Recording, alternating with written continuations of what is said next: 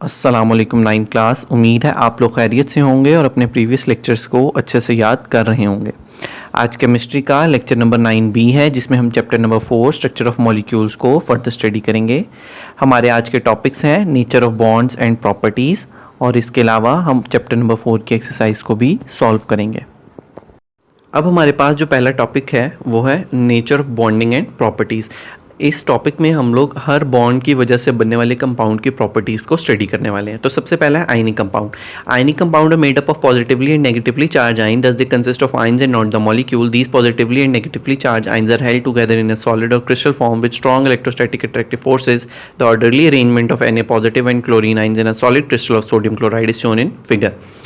तो ionic compound जैसा कि हम जानते हैं कि ये पॉजिटिव और नेगेटिव चार्ज की वजह से बनता है। क्योंकि ये पॉजिटिव चार्ज और नेगेटिव चार्ज मौजूद होते हैं, तो इसमें हम ये चीज़ कह सकते हैं सिंपली कि ये आयन से मिलकर बना है, इसमें मॉलिक्यूल्स मौजूद नहीं है। ये पॉजिटिव और नेगेटिव चार्ज आपस में एक दूसरे को इतने अच्छे से अट्रैक्ट करते हैं कि ये जो हमारा कंपाउंड है वो सॉलिड फॉर्म में आ जाता है, या आप सिंपली कह सकते हैं कि उसकी शेप जो है वो क्रिस्टलाइज होती है, क्रिस्टल जैसी होती है मिसाल के तौर पर। और इसमें बहुत ज़्यादा स्ट्रॉन्ग इलेक्ट्रोस्टैटिक फोर्सेस होती हैं। इलेक्ट्रोस्टैटिक फोर्सेस ऐसी फोर्सेस होती हैं जो कि चार्जेस की वजह से बनती हैं। तो यहाँ पे आयनिक कंपाउंड में हमारे पास चार्जेस मौजूद होते हैं, पॉजिटिव चार्ज और नेगेटिव चार्ज। तो एज अ रिजल्ट हम इसमें इलेक्ट्रोस्टैटिक फोर्स होती है, जिसे हमने आयनिक बॉन्ड का नाम दिया था। ये इलेक्ट्रोस्टैटिक फोर्स बहुत ज़्यादा स्ट्रॉन्ग होती है और इसको एक अच्छी डेफिनेट शेप प्रोवाइड करती है। मिसाल के तौर पर अगर आप घर में नमक के एक दाने को या आप एक क्रिस्टल को देखते हैं तो आपको ये चीज़ नज़र आती है कि उसके एक बहुत फिक्स और एक डेफिनेट शेप है। ये किस वजह से है? आयनिक बॉन्डिंग की वजह से है। क्योंकि आप ये डायग्राम में देख सकते हैं कि ये Na पॉजिटिव है और क्लोरीन नेगेटिव है, और बॉन्ड जो बना है वो आयनिक बॉन्ड है, और एक पूरी प्रॉपर डेफिनेट क्रिस्टलाइज शेप जो है वो मॉलिक्यूल को या कंपाउंड को मिली है। इसके बाद हमारे पास आती है आयनिक कंपाउंड की प्रॉपर्टीज़। आयनिक कंपाउंड और mostly crystalline solid. Ionic compound ज़्यादातर जो है वो क्रिस्टलाइन सॉलिड होंगे। जैसे मैंने आपको अभी नमक की मिसाल दी कि आप जब उसका एक दाने को देखते हैं तो वो आपको क्रिस्टलाइन नज़र आता है, यानी उसका स्ट्रक्चर जो है 3D या 4D होता है। तो हम ऐसे कंपाउंड को जो है वो ये कह सकते हैं कि इनके स्ट्रक्चर जो है वो क्रिस्टलाइन सॉलिड्स होते हैं। Ionic compound in solid state have negligible electrical conductance, but they are good conductor in solution in the molten form. It is due to presence of free ions in them. अगर हम बात करें ionic compound की, तो solid state में ये electricity को conduct नहीं कर पाते।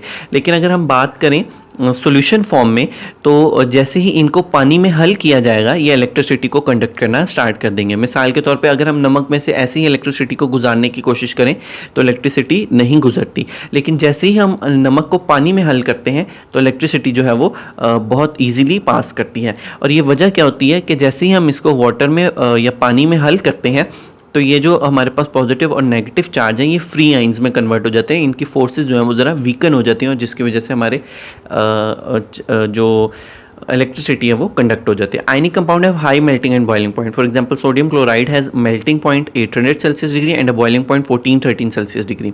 As ionic compound are made up of positive and negative ion, there exists strong electrostatic force of attraction between oppositely charged ion. So a great amount of energy is required to break these forces.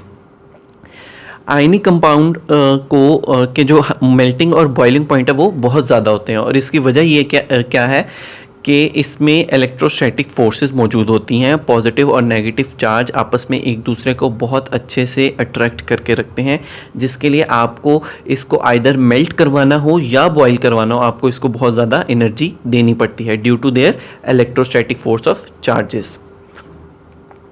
मिसाल के तौर पे sodium chloride एक ionic compound है, इसका melting point 800 Celsius degree है, जबकि boiling point जो है वो 14-13 सेल्सियस डिग्री, यानी आप इसको इतनी हीट देते हैं तब जाके ये मेल्ट या बॉयल करता है।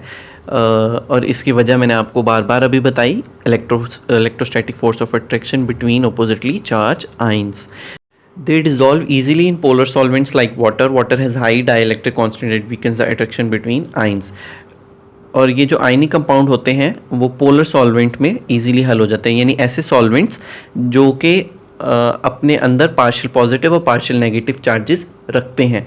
और वाटर जो है वो एक पोलर सॉल्वेंट है। हमने अभी प्रीवियस लेक्चर में इसको एज एग्जांपल भी स्टडी किया था। इसमें भी जो है वो अनइक्वल शेयरिंग होगी इलेक्ट्रॉन की, और अनइक्वल शेयरिंग ऑफ इलेक्ट्रॉन की वजह से एक पे पार्शियल पॉजिटिव और दूसरे पे पार्शियल नेगेटिव चार्ज आ जाएगा।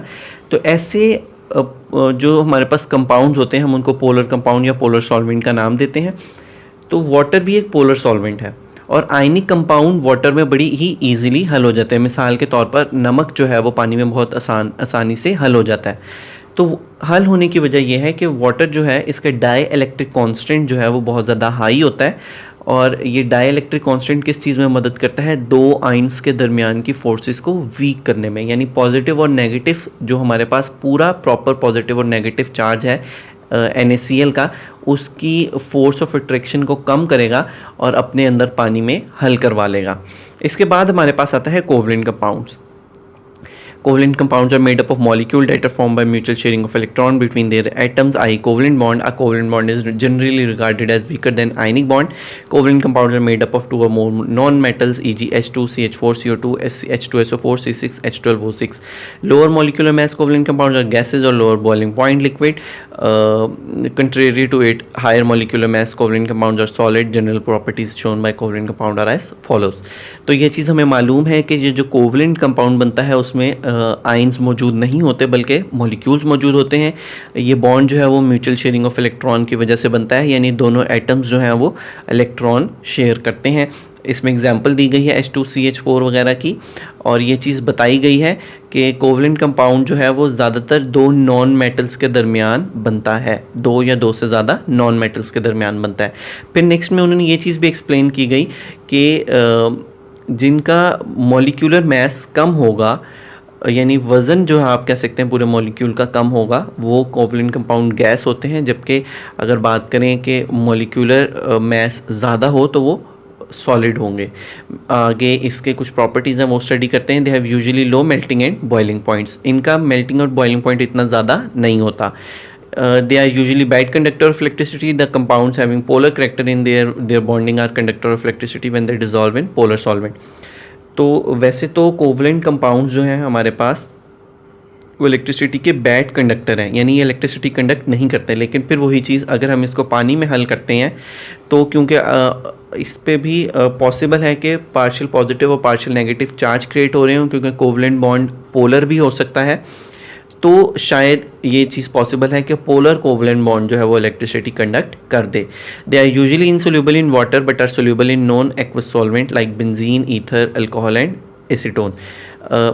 कोवलेंट कंपाउंड जो हैं वो पानी में हल नहीं होते लेकिन नॉन एक्वस सॉल्वेंट में हल हो जाते हैं, जैसे कि बेंजीन, ईथर, अल्कोहल और एसीटोन वगैरह, ये दूसरे केमिकल्स हैं, इनमें जो है ये कोवलेंट कंपाउंड हल हो जाते हैं। Large molecule with three-dimensional bonding form covalent crystals which are very stable and hard. They have very high melting and boiling point. जबकि अगर बात करें बड़े कोवलेंट कंपाउंड्स की तो ये जो हैं वो अपना क्रिस्टलाइज स्ट्रक्चर शो करते हैं और फिर इनका मेल्टिंग और बॉइलिंग पॉइंट भी इसी वजह से हाई हो जाता है। फिर अब हमारे पास polar and non polar compound आता है। As discussed earlier, the polarity in a chemical bond is due to difference in electronegative of bonding. On Pauling scale, fluorine has been given an electronegative value of 4.0. The values for other elements are calculated related to it. Properties of non polar and polar covalent compound differ to some extent. Non polar covalent compound usually do not dissolve in water while polar covalent compound usually dissolve in water. अब यहाँ पे polar और non polar का सबसे पहले ये चीज़ बताई गई कि नॉन पोलर और पोलर कंपाउंड किस वजह से बनते हैं, due to the difference of electronegativity. तो ये चीज़ बताई गई है कि जो पॉलिंग स्केल है, यानी ये एक स्केल है जिसके ज़रिए हमने डिफरेंट एलिमेंट्स को उनकी इलेक्ट्रोनेगेटिविटी की वैल्यू दी हुई है। तो उसके अकॉर्डिंग पता लगा कि जो फ्लोरीन की इलेक्ट्रोनेगेटिविटी है वो कितनी है, 4.0 है। और फिर इसी से रिलेट करके हमने बाकी सारी जो हैं वो इलेक्ट्रोनेगेटिविटी वैल्यू कैलकुलेट की हैं पीरियोडिक टेबल के डिफरेंट एलिमेंट्स की। फिर यहाँ पे ये चीज़ बताई गई कि नॉन पोलर और पोलर कोवलेंट कंपाउंड्स की एक दूसरे से प्रॉपर्टीज़ थोड़ी सी अलग होती हैं। जो नॉन पोलर कोवलेंट कंपाउंड होगा वो पानी में हल नहीं होगा, जबकि पोलर कोवलेंट कंपाउंड पानी में हल हो जाएगा। बिल्कुल इसी तरीके से नॉन पोलर कंपाउंड कभी इलेक्ट्रिसिटी कंडक्ट नहीं करेगा, जबकि अगर पोलर कंपाउंड की बात करें तो ये इलेक्ट्रिसिटी कंडक्ट करते हैं। लेकिन कंडक्ट कब करते हैं, जब ये पानी में हल हुए में हो। इसके बाद हमारे पास प्रॉपर्टीज़ आती हैं कोऑर्डिनेट कोवलेंट कंपाउंड की। Their properties are mostly similar to those of covalent compound as the nuclei in this compounds are held by share pair of electron, therefore they do not form ions in water due to their covalent nature. They form solutions in organic solvent and are very less soluble in water. Usually they are rigid compound with a dipole. तो इसकी properties बिल्कुल covalent compound से मिलती जुलती होती हैं coordinate covalent compound की। सिर्फ कुछ फ़र्क ये आते हैं क्योंकि इसमें शेयर्ड पेयर ऑफ इलेक्ट्रॉन जो है वो वन साइडेड होता है, तो एज अ रिज़ल्ट ये आयन नहीं बना पाता और पानी में हल नहीं होता। और पानी में ना हल होने की वजह से ये ऑर्गेनिक सॉल्वेंट्स में, मिसाल के तौर पे अल्कोहल, बेंजीन, ईथर वगैरह में हल हो जाता है। और फिर यहाँ पे ये चीज़ बताई गई कि ये they are rigid compound with a dipole, और ये एक रिजिड सख्त कंपाउंड होते हैं जो कि कोऑर्डिनेट कोवलेंट बॉन्ड की वजह से बने हों। फिर आते हैं हमारे पास metals. Metals have common properties of conducting heat and electricity. It give them primary role in many industries. Major properties shown by the metal are as follows. तो मेटेलिक बॉन्ड से जो हमारे पास कंपाउंड क्रिएट हो रहा था, हम उसको metals का नाम दे रहे हैं। और मेटल्स आपको पता है कि हीट और इलेक्ट्रिसिटी के बहुत अच्छे कंडक्टर होते हैं और इसी वजह से इनकी बहुत सारी इंडस्ट्रीज़ में डिमांड है और इस्तेमाल भी हैं। दे शो मेटेलिक क्लस्टर। ये सबसे पहले तो एक मेटेलिक किस्म की जो है ना वो शेप या शाइन शो करते हैं। They are usually malleable and ductile. Malleability is the property by virtue of which a metal can be rolled into sheets, while ductility is the property by which virtue of a metal can be drawn into wires. और metals जो हैं वो malleable और ductile होते हैं। अब ये malleable और डक्टाइल क्या है वो आगे बता रहे हैं कि मेलिएबल एक ऐसी प्रॉपर्टी है जिसके ज़रिए हम किसी मेटल को शीट्स में यानी चादरों में जो है वो शक्ल दे सकते हैं। मिसाल के तौर पर आप लोगों ने अक्सर देखी होंगी, आप लोगों ने दरवाजे पे लगे हुए जो हैं वो मेटल की चादरें देखी होंगी, टीन की चादरें जिसे कहते हैं। आप लोगों के घर में अगर स्टोर बॉक्सेस होते हैं जिस तरीके से, वो भी ऐसे ही शीट से बने होते हैं, मेटल शीट से बने होते हैं। जबकि डक्टाइलिटी की बात करें तो हम मेटल को वायर फॉर्म में जो है वो ट्रांसफ़र कर सकते हैं, कन्वर्ट कर सकते हैं। तो अगर हम इस प्रॉपर्टी को, वायर में कन्वर्ट होने की प्रॉपर्टी को हम डक्टाइलिबिलिटी कहते हैं और शीट की फॉर्म में कन्वर्ट हो जाने को हम मेलिएबिलिटी कहते हैं। They have usually high melting and boiling point. इनका मेल्टिंग और बॉइलिंग पॉइंट जो है वो बहुत ज़्यादा हाई होता है मेटल्स का। इनको बहुत ज़्यादा हीट देनी पड़ती है तब जाके ये मेल्ट या बॉयल करते हैं। Being greater in size they have low ionization energy and form cations very easily. और ये हम मेटेलिक बॉन्ड में भी पढ़ चुके हैं क्योंकि इनका साइज़ बहुत ज़्यादा बड़ा होता है, तो एज अ रिज़ल्ट हमारे पास जो न्यूक्लियस का होल्ड है इलेक्ट्रॉन पे वो वीक हो जाता है और कम आयोनाइजेशन एनर्जी पर इनके चार्जेस जो हैं वो जल्दी से बन जाते हैं, यानी ये इलेक्ट्रॉन इजीली लूज कर देता है। They are good conductor of heat and electricity in solid and liquid state due to mobile electron. और अगर ये इनकी आइदर सॉलिड स्टेट हो आइदर लिक्विड स्टेट हो, ये इलेक्ट्रॉन्स की फ्री इलेक्ट्रॉन्स की मौजूदगी की वजह से बहुत अच्छे इलेक्ट्रिसिटी के कंडक्टर होते हैं और हीट के भी अच्छे कंडक्टर होते हैं। इसी के साथ स्टूडेंट्स आप लोगों का चैप्टर नंबर 4 जो है वो कंप्लीट हो गया है। आप लोग टेस्ट योर सेल्फ सॉल्व हुए हुए आप लोगों के स्कूल नोट्स में मौजूद हैं, जहां से आप इन टेस्ट योर सेल्फ को तैयार कर सकते हैं। टेस्ट योर सेल्फ के क्वेश्चंस आप लोगों के पेपर के लिए इंतहाई इम्पॉर्टेंट होते हैं। इसके अलावा आप अपने चैप्टर की एक्सरसाइज को भी अपने स्कूल के नोट से तैयार करेंगे। उम्मीद है स्टूडेंट आप लोगों को आज का लेक्चर समझ आ गया होगा। अल्लाह आपका हामी नासिर।